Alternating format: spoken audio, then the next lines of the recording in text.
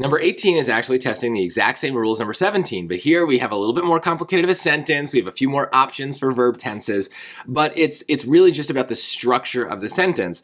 So when I'm looking at this, I'm trying to find ways to kind of shorten the sentence in a way that lets me just get to the core of it. So let me read the whole thing and then I'll show you what I'm kind of going to ignore. In the 2011 documentary, The Barber of Birmingham, civil rights activist James Armstrong recounts how his barbershop in Birmingham, Alabama, blank as a political hub for members of the black community during the 1950s.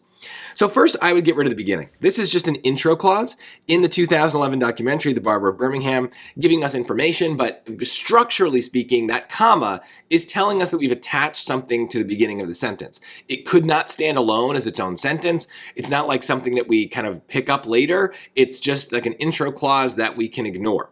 So again, this is just to shorten things to kind of hear it better. I'm also bothered by the fact that right in the middle of the sentence, right next to our blank, is Birmingham, Alabama, because there's a comma there. There's two commas that are pretty much only there to deal with the fact that this is how we use punctuation around cities and states in the English language, okay? So, we really should just ignore Alabama. It's kind of like an interruption here. Yes, it's kind of giving us more information, but like for our purposes, it is just an interruption that is maybe describing Birmingham. That's maybe the best way to think about it. And so now we can see that it's actually kind of more of a straightforward sentence without any punctuation at all. Civil rights activist James Armstrong recounts how his barbershop in Birmingham serving as a political hub for members of the black community during the 1950s. Hopefully you can hear that this ing in choice A is presenting a similar problem as it was in number 17, where it's kind of like not enough, not strong enough of a verb to actually anchor the sentence. And that's really what we need. We have a verb here in recounts, but then we have another verb that we kind of need, or some version of a verb to kind of go in the second part of the sentence, how his barbershop in Birmingham blank as a political hub. That's kind of the part that I'm most interested in.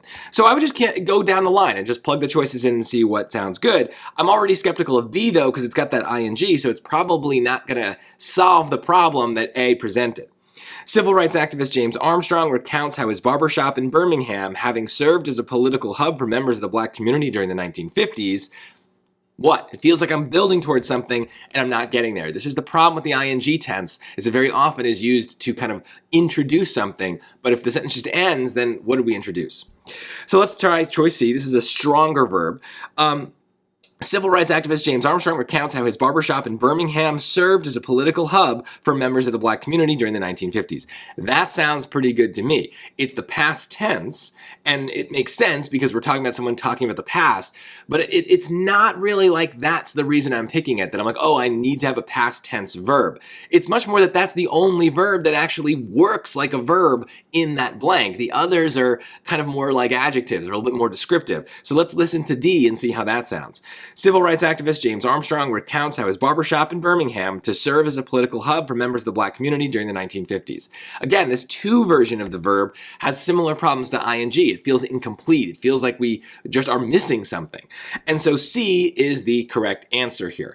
This is very similar to question 17. In fact, I think of it as the exact same rule. We have these to versions of the verb and these ing versions of the verb. And it's not just that they change the tense from past, present, future. It's that they are changing the structure of the sentence. And we need a just kind of normal verb like served to fit in that blank to actually make this thing a sentence. It's tricky, but this is the one grammar rule where almost always you're going to be able to just trust how it sounds and your instincts will probably be right. We're going to see other rules on other questions where your instincts maybe aren't as good, but this rule with the to's and the ings, usually you just have a good ear for which verb is best.